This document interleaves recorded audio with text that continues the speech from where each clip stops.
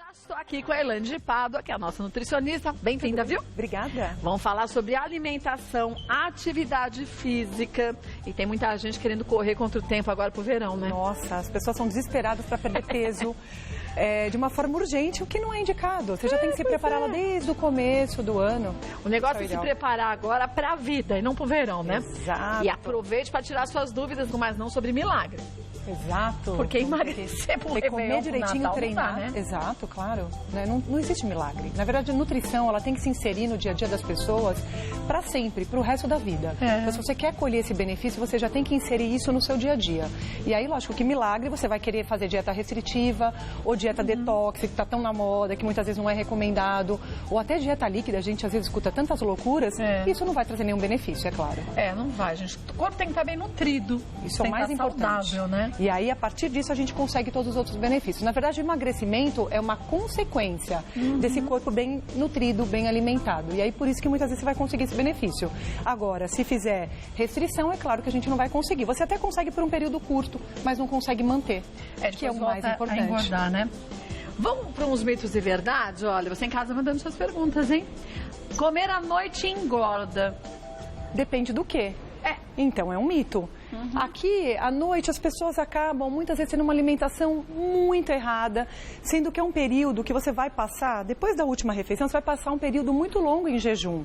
E você tem toda uma liberação hormonal, principalmente de GH, nas 2 primeiras horas de sono. Então, seria muito importante você ter uma alimentação equilibrada, rica em nutrientes, para poder ajudar nessa liberação hormonal. Esse GH é aquele hormônio do crescimento, que ajuda também no processo de emagrecimento.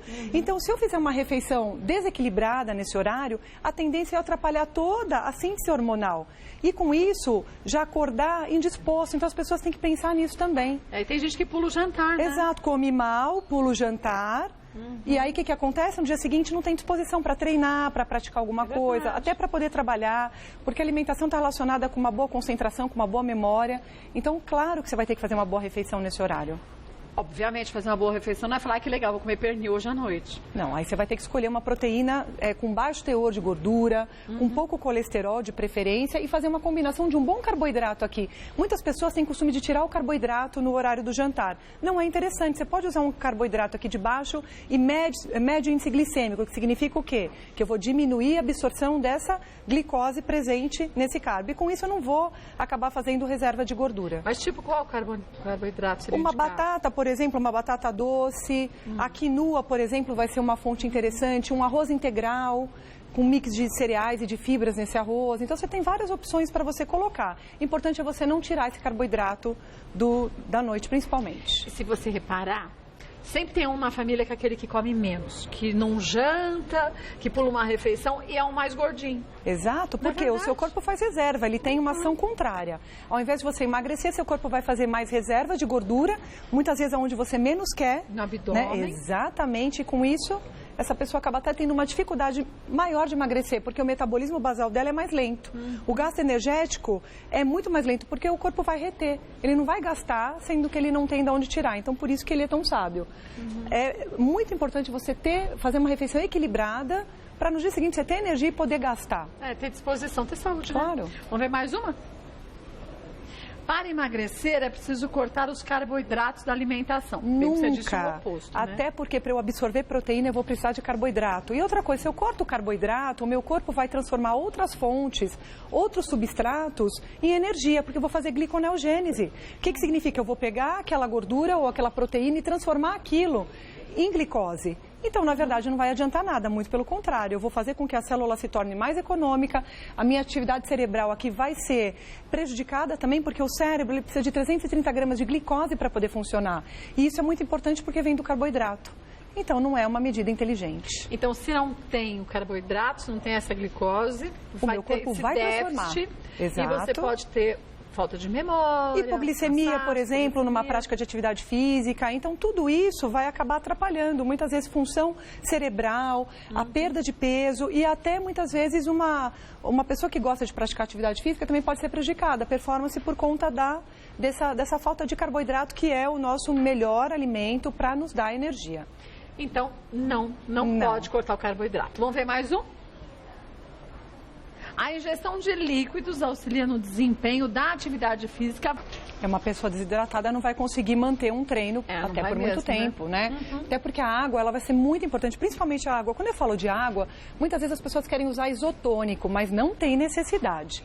Nós só indicamos o uso de isotônico, que seria para repor toda a parte eletrolítica, então todos os eletrólitos, magnésio, potássio, sódio, se realmente a pessoa tiver uma atividade a partir de 1h30 e muito extenuante, que realmente você transpire muito, né? Então muito suor vai fazer com que você perca esses eletrólitos e aí com isso você tem que fazer uma reposição. Agora, para uma pessoa normal, que pratica atividade física normalmente, 1h por dia, a água ela já vai dar conta do recado. Agora, e se a pessoa não precisa e faz uma ingestão muito grande de isotônicos, isso pode trazer uma consequência negativa, ela vai ter uma retenção de líquido, até porque muitas vezes esse isotônico ele é fonte de sódio, o que acaba não sendo tão interessante, até porque hoje há um desequilíbrio entre sódio e potássio. Então eu preciso de mais potássio na alimentação do que sódio, até porque todos os alimentos são muito ricos em sódio por conta dele ser um conservante.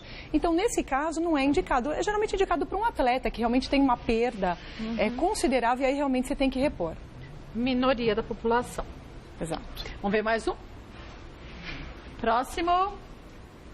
Para perder peso, basta praticar atividade física. A atividade vai contribuir, é claro, até porque vai aumentar o gasto de energia, né? Então, as pessoas vão gastar mais. Então, eu vou fazer um balanço energético negativo, mas desde que eu tenha uma alimentação condizente, né? Com isso, equilibrada com isso. Não adianta eu ficar 1, 2 horas na esteira, como eu vejo vários pacientes, até porque quando você faz muita atividade física, você também tem mais fome. Aí, a tendência, a pessoa... né? Quer comer em excesso. Então, na verdade, isso não vai acabar ajudando. Até porque, eu sempre falo para os meus pacientes, 70% é alimentação e 30% é atividade física. Então, eu não posso errar na alimentação. Se eu tiver uma alimentação equilibrada e eu fizer um balanço energético negativo, eu consigo perder peso. Agora, se eu continuar comendo muito mais, o que vai acontecer? Com certeza, eu vou fazer um balanço positivo e com isso eu vou, muitas vezes, até ganhar peso. Então, cuidado. Perder peso, basta praticar atividade física, é um mito, né? A alimentação vai contribuir 70% com esse resultado positivo se você comer direitinho. E não adianta também só comer direitinho e ficar deitado, Não, né? Até porque hoje a gente sabe que o sedentarismo traz um monte de outras consequências relacionadas à saúde. Então, na verdade, praticar atividade física faz bem para a saúde. Sim, é prazeroso, e também, né? Exatamente, você tem toda uma liberação de endorfinas, né, de neurotransmissores que vão te dar uma sensação de bem-estar. Pode até ser no final da atividade, mas isso vai contribuir muito bem para o seu dia. E o mais interessante é que você passa um dia mais tranquilo, mais feliz e te ajuda no trabalho, porque melhora a sua concentração também. Olha, eu vou te falar, faz uma semana que eu operei as varizes e os vasinhos. Você está proibida de praticar atividade física.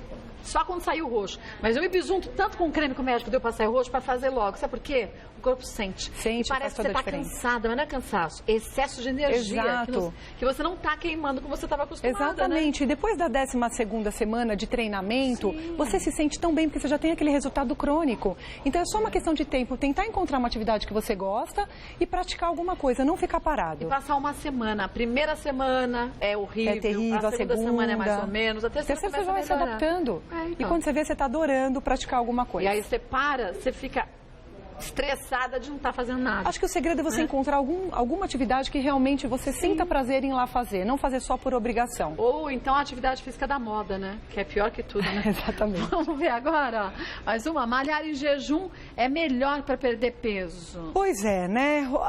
Recentemente saíram estudos mostrando que realmente quando você treina em jejum, você vai oxidar mais gordura, mas com exercícios de baixa intensidade e média intensidade. Se você for pensar, não é tão inteligente. Por quê? Porque eu vou queimar mais gordura, mas vou treinar de uma forma menos intensa. Quer dizer, isso significa que cardíaco não vai chegar naquele limite para eu queimar. Isso significa que eu vou queimar menos calorias, diferente de uma pessoa que está alimentada e que vai poder ter aí uma atividade de alta intensidade e com isso vai ter uma queima melhor.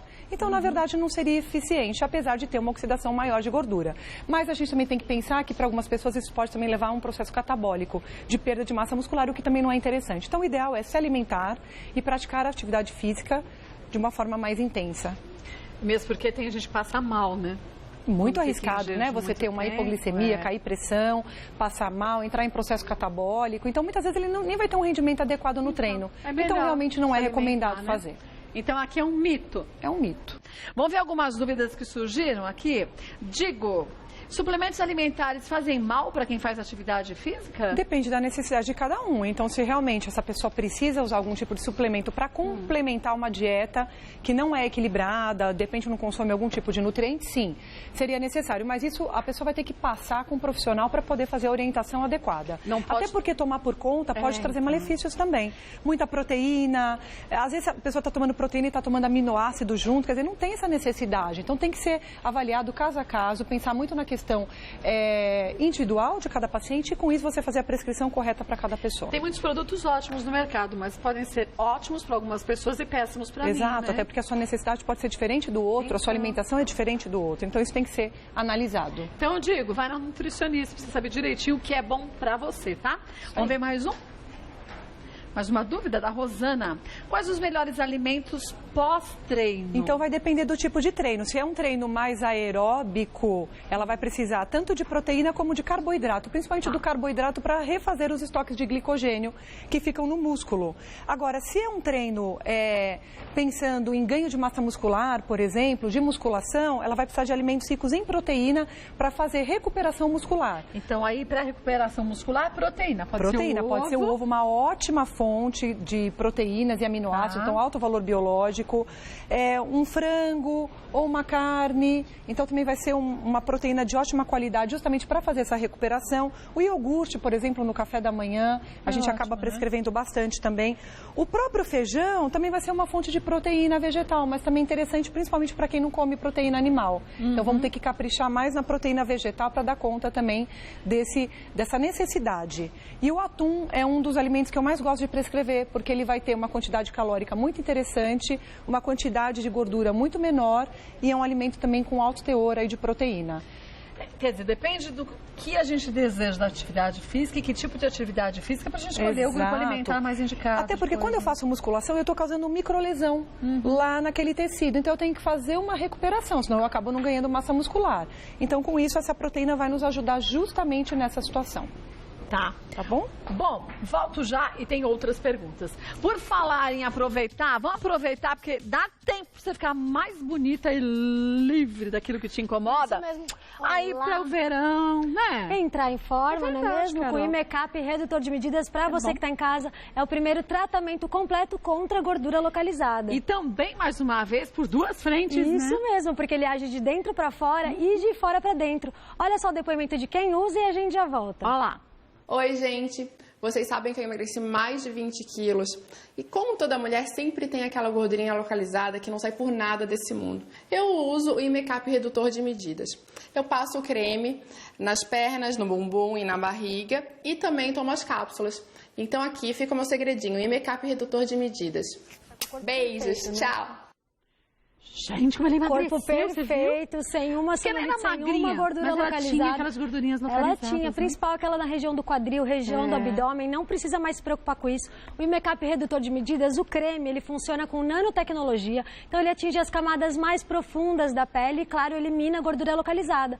Já as cápsulas agem de dentro para fora, onde os cremes não alcançam, ela vai acelerar o metabolismo, vai quebrar as moléculas de gordura e, claro, acabar com a gordura mais profunda, né? Isso é perfeito, o depoimento que a ex-BBB Ana Madeira deu, ela está usando há muito tempo. Você encontra o Imecap Redutor de Medidas em qualquer farmácia mais próxima da sua casa. Lembrando que na Drogaria São Paulo sempre tem aquele carinho especial. Se você chegar em alguma farmácia e oferecerem outro produto, diga não. Não troque de produto, troque de farmácia, melhor. porque esse aqui é garantia de qualidade de Viconfarm, indicado para homens e para mulheres também. Isso é importante, porque tem muito homem aí que é vaidoso e que quer cuidar da gordurinha localizada, mesmo, é não é verdade. mesmo? Agora, lembrar, gente, que o Diviconfarm é um laboratório de extrema credibilidade, que traz produtos antes de chegarem até a gente, foram extremamente testados. Então, as melhores matérias-primas a gente tem aqui e muitos testes também. Por isso que a gente vê tanta gente feliz, Estudos clínicos, né? exatamente. Verdade. Bom, Entrar em garantia forma você pro tem. verão. É só aproveitar, vai de Imecap. Beijo, Bela. Obrigada, viu? Voltando aqui com a Elaine de Pada, vamos para mais uma pergunta? Ó, da Rosana, a gente já falou. Mais uma, a próxima. Essa já foi, tá, gente? A Isadora, a diferença de alimentação de acordo com o tipo de atividade que se pratica? Sim, exatamente, né? Porque se você fizer uma atividade mais aeróbica, eu vou ter que pensar muito mais no carboidrato como fonte de energia, principalmente num pré-treino.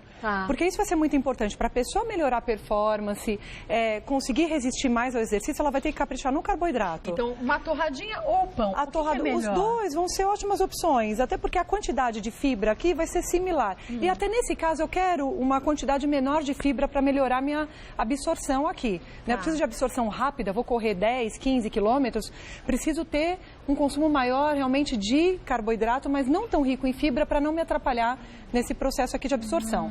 Então, isso é muito importante. Então, nesse caso aqui vai ser similar. Exato. A banana vai ser uma das melhores fontes de carboidrato. Primeiro porque ela vai, além de me fornecer carboidrato de alta qualidade, ela também vai me dar vitaminas, minerais, principalmente potássio e magnésio.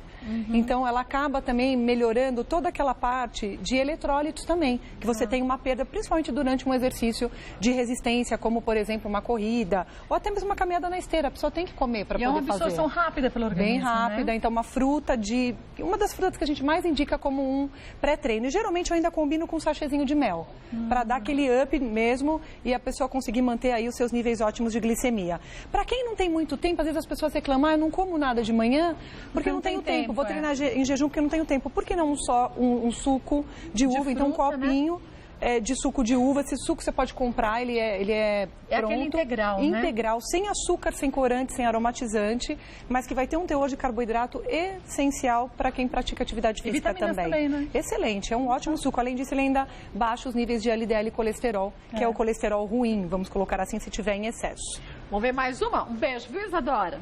A próxima é o Ricardo. É recomendado comer algo durante a atividade física? Depende também do tipo de treinamento. Então, para aquele atleta, por exemplo, ou praticante de atividade física que vai ter aí uma duração muito grande ao longo aí do dia, então, sei lá, vai praticar uma corrida ou vai fazer um triatlon, alguma coisa que vai durar 3, 4 horas, sim. Ele vai ter que fazer uma reposição, principalmente de carboidrato. Nesse caso, a gente utiliza alguns suplementos como o gelzinho, aqueles sachês, para poder dar aí essa condição do atleta conseguir terminar uma prova, por exemplo. Mas isso é muito individual, tem que ser analisado. Atleta, né? Exatamente. Então, Ricardo, cuidado, porque às vezes você está colocando algum alimento durante a prática de atividade física, isso pode atrapalhar também, dependendo do resultado que você quer. Por exemplo, barrinha de cereal, que a gente cansa de ver em academia, faz lá uma atividade, pega a barrinha e come. Cuidado, até porque essas barrinhas que são utilizadas são péssimas, tem um alto teor de açúcar, né, um monte de calorias, um monte de gordura desnecessária muitas vezes naquele momento. Ideal é usar uma barra quanto mais integral, melhor.